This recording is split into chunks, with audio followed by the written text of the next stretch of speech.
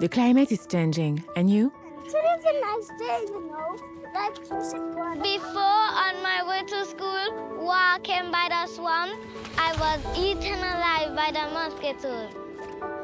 Increased rainfall and flood, linked to climate change, accelerate the development of mosquitoes and vector-borne diseases. This led us to adapt, converting the swamp into a pond, creating a healthy space. Mosquitoes ain't cool. It gives you diseases. My friend got Zika. It was really sad. With the Project Farm community project, we clean, we plant, throw fishes into the water that eat the mosquito larvae. Now the place is beautiful. The children can play. We need all of you to create a better environment. Morning.